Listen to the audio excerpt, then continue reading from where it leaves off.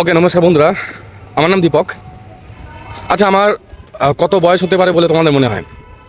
25, 26, 27, 28? না, এরকম কোনো ব্যাপার না। আমার বয়স 32, 33 হতে গেল। আমি কিন্তু এখনও দৌড়ে যাচ্ছি। আসলে দৌড়ানোটা আমার ছোটোবেলা থেকে আমার খুব ভালো লাগে, কিন্তু ব্যাপার আছে এখন দৌড়েছি নিজের জ্বালায়। মানে সেই পাতি কথায় বলতে গেলে বলা হয় যে কি পেটের জ্বালায়। এখন যা বয়স, এই বয়সে আমার কোনো না কোনো দিকে আমার চাকরি করা উচিত। ধরো আমার মানে প্রাইভেট সেক্টরে বা গভর্নমেন্টে তো চাকরি হলে তো অবশ্যই, মানে আমার আমার কত বন্ধুরা চাকরি করে, তো আমিও ট্রাই করেছিলাম। অ্যাকচুয়ালি আমি প্রাইভেট সেক্টরে চাকরি করতাম, কিন্তু বিভিন্ন রকম প্রবলেমের কারণে আমি প্রাইভেট সেক্টরে মানে কাজটা ছাড়তে বাধ্য হয়েছি। সে আমার লাইফ স্ট্রাগলের কথা আমি তোমাদেরকে নাই পরে পরে বলতে আস্তে আস্তে জানাবো। সব একবারে বলে দিলে ভিডিও কতক্ষণে লং হবে এটার কোনো ইয়াত্তা নেই। ব্যাপার হচ্ছে আমি প্রাইভেট সেক্টরে কাজ করতাম এখান থেকে প্রায় 4-5 বছর আগে, তারও হয়তো বেশি হবে। সেখানে বছর দেড়েক কাজ করার পরে আমি কাজ ছেড়ে দিয়েছিলাম। তারপরে আরও বিভিন্ন জায়গায় টুকটাক কাজ করেছি। এই না যে আমি যে কি কোনো দিন সেই রকমভাবে বসে ছিলাম, এরকমটা নয়। ইনকাম আমি এখনও করি, কাজ আমি অনেক আগের থেকে করছি। দেখো জুতোটা টাইট বাঁধা হয়ে গেছে, কিন্তু একটা জীবনে স্টেবিলিটি চাই, একটা ইচ্ছা যে সরকারি চাকরি করব। তার জন্যে এদিকে লকডাউনে গেল 2 বছর, লাইফ থেকে বেরিয়ে গেল। তার আগে লাইফটাকে অতটা সিরিয়াসলি নেইনি।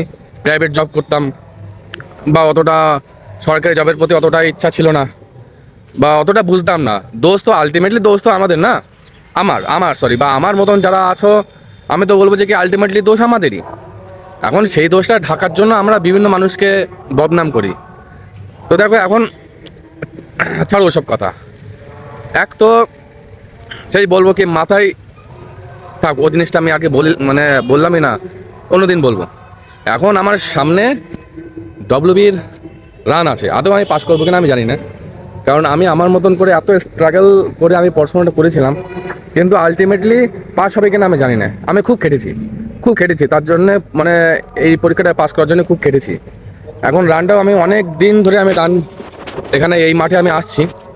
আগেরবার আমি জিডি পরীক্ষা আমি মানে কি বলবো, আমার একটা প্রবলেম আছে, আমাদের বংশগত একটা প্রবলেম আছে যে একটু নার্ভের প্রবলেম আছে।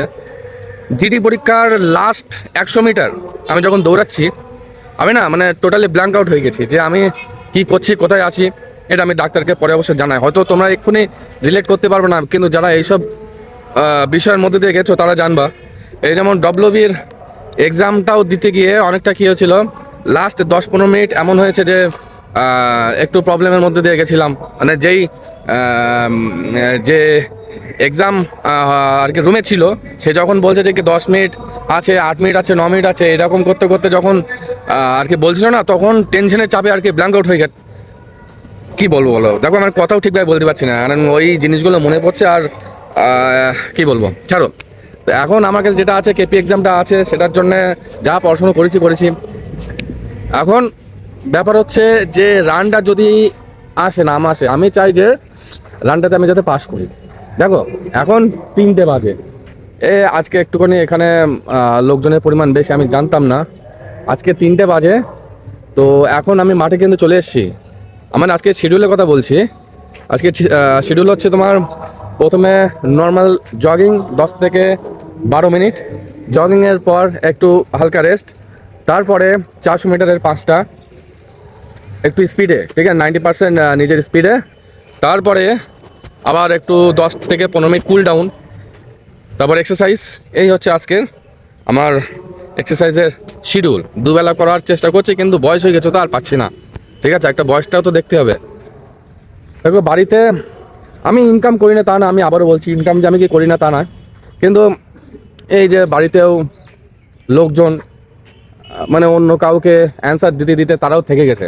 তারাও ভাবছে যে কি কাকে আর কি অ্যান্সার দেবে। সবাই জিজ্ঞেস করে যে কি ছেলে কী করে, বা অমুক কী করছে, তমুক কী করছে। ছেলে কিছু করে না, বা এটা এই যে একটা কথা শুনতে হচ্ছে না, মানে আমি যে মেন্টালি কতটা মানে কেমন আছে আমি তোমাদেরকে আর কি জানাতে পারছি না, যে মেন্টালি ভাবে আমি এতটা আমি কিন্তু খুব স্ট্রং মাইন্ডসেট নিয়েই আছি বলে আমি আছি এখন। সত্যতা বলতে কি আমি এখন আছি, যে জিনিসগুলো আমার সাথে হয়ে গেছে এই এত কম বয়সে। অনেকে যারা আমার হয়তো কি ক্লোজ বা বন্ধু থাকতে পারো, তারা যদি দেখো, তারা মানে তারা কল্পনাও করো না যে আমার জায়গায় এসে এইসব বিষয়গুলো হ্যান্ডেল করা পারবা না। তো একটা ছোট দিয়ে আর কি তোমাদেরকে জানাই, আমার কিন্তু বাবা নেই। বাবা নেই বলতে আমার বাবা মারা গেছে, এখনো বছর 2 হয়নি। তো তোমরা এইটুকু বুঝতে পারার চেষ্টা করো যে আমি কতটা পরিমাণে আমার মানে এখানে আর কি প্রেশার আছে, একটুখানি বোঝার চেষ্টা করো। হ্যাঁ, আর কি আমি একটু ভিডিও বানাতে পছন্দ করি। দেখো আমি ওইটা নিয়ে আমি কোনো সময় আমার দুঃখ, আমার দুর্দশা এইসব আমি মানুষজনকে জানাতে চাই না। আমি একটুখানি ওই ধরনের ছেলের মধ্যে না। আমি ভিডিও বানাতে আমার পছন্দ হয়। আমি এখন থেকে না, অনেক আগে থেকে, লকডাউনের থেকে তখন বিভিন্ন রকম প্ল্যাটফর্মে ভিডিও বানাতাম, তো আমি পছন্দ করি।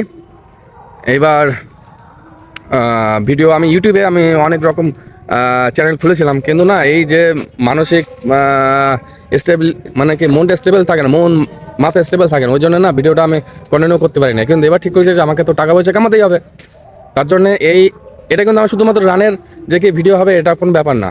আমি টোটালি নাম দিয়েছি আনফিল্টার দীপক। মানে কি আমার এখানে এতে কোনো ফিল্টারই থাকবে না, আমার যা মুখে আসবে তাই আমি কি বলবো, আমার লাইফের কাহিনী নিয়ে আমি তোমাদেরকে এই কথাগুলো শেয়ার করবো, যাতে আমার মতন যারা আছো তোমরা রিলেট করতে পারো এবং তোমরা ফিল করো যে হ্যাঁ লাইফটা এরকম, লাইফটা এতটা কষ্ট করে কিন্তু এর থেকেও বাঁচা যায়। তো এখন আমি রানটা কমপ্লিট করবো, যদি কিছু বলার থেকে আমি পরে জানাচ্ছি। ধন্যবাদ। কিন্তু কই মাছের গান সফল হলে অত মার খাবার পরেও মরেনি।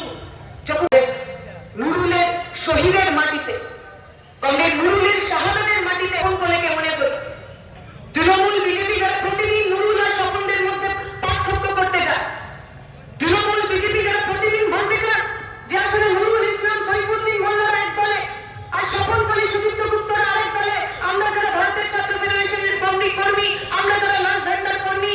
এতক্ষণ যেটা দেখছিলে সেটা হলো তেঁতুলিয়া মাঠে বাড়ি ফেরার পথে একটা সমাবেশ, অনেক লোকজন সেখানে জমা হয়েছিল। তো আমিও ভাবলাম যে একটুখানি দাঁড়িয়ে দেখে যাই এবং তোমাদেরকে একটু দেখিয়ে যাই যে আমাদের এখানেও এগুলো হয়। আর এই রাস্তাটা হচ্ছে আমার বাড়ির ফেরার রাস্তা, বাড়ির রাস্তা, একদম গ্রামের দিকে আমাদের বাড়ি, যেখানে আমার মনে হয় যে গুগলে খুব সম্ভবত আমাদের এই এলাকাটার ম্যাপে খুঁজে পাওয়া যাবে না। দেখো কত সংকীর্ণ রাস্তা, মানে রাস্তাগুলো এমন, অবশ্যই এটা হচ্ছে কি রাস্তা তো না, এটা বাড়ির উপর দিয়ে যাওয়ার কোনো একটা রাস্তা। যাই হোক, দেখো কত সংকীর্ণ রাস্তা, এখান থেকে মানে হেঁটে যাওয়াটাই মুশকিল হয়ে যায়, গাড়ি নিয়ে এইভাবে আর কি যেতে হয় আমাদেরকে। তো তবুও বলবো যে আমরা শহর থেকে এখানেই বেশি ভালো আছি। এই হচ্ছে আমার বাড়ি। এবার আমার সমস্ত কিছু কমপ্লিট করার পরে আমি হাত মুখ ধুয়ে একটু বই টই পড়তে বসবো, একটু বিশ্রাম নিয়ে। তাহলে আবার সামনের ভিডিওতে দেখা হবে কোনো না কোনো একটা টপিক নিয়ে। আনফিল্টার্ড মানে এটাই যে যেখানে কোনো ফিল্টার নেই। ধন্যবাদ।